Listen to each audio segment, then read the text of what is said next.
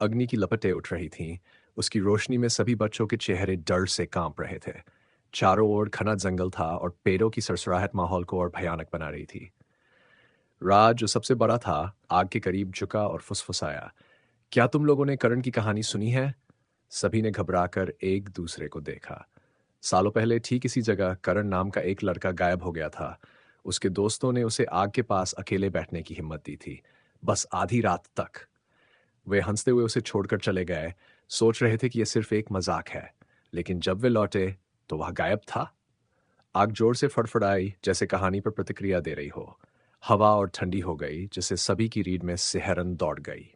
राज की आवाज कांप रही थी, पर वे निशान कहीं दूर नहीं जाते थे। वे सीधे जलती हुई आग में जाते थे और वहीं खत्म हो जाते थे। गहरा सन्नाटा छा गया, जैसे जंगल भी सुन रहा हो। यहां तक कि हवा भी थम गई। लेकिन सबसे डरावनी बात तो यह है, राज की सांसें तेज हो गई। कहते हैं, जब इस जगह आधी रात को आग जलती है तो करण की फुसफुसाहट अब भी सुनाई देती है। और अगर तुमने बहुत ध्यान से सुना तो वह तुम्हें भी अपने साथ ले जाएगा। तभी एक भयंकर झोंका आया, जिससे आग अचानक जोर से भड़क उठी। अमन, जो खुद को सबसे निडर समझता था, हंस पड़ा।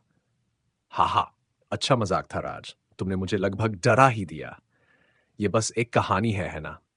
उसकी आवाज लड़खड़ा गई। और तभी इंतजार में धीमी पर साफ फुसफुसाहट हवा में तैरने लगी। सभी बच्चों के चेहरे सफेद पड़ गए। आग मंद पड़ गई, जैसे कोई उसकी रोशनी खींच रहा हो।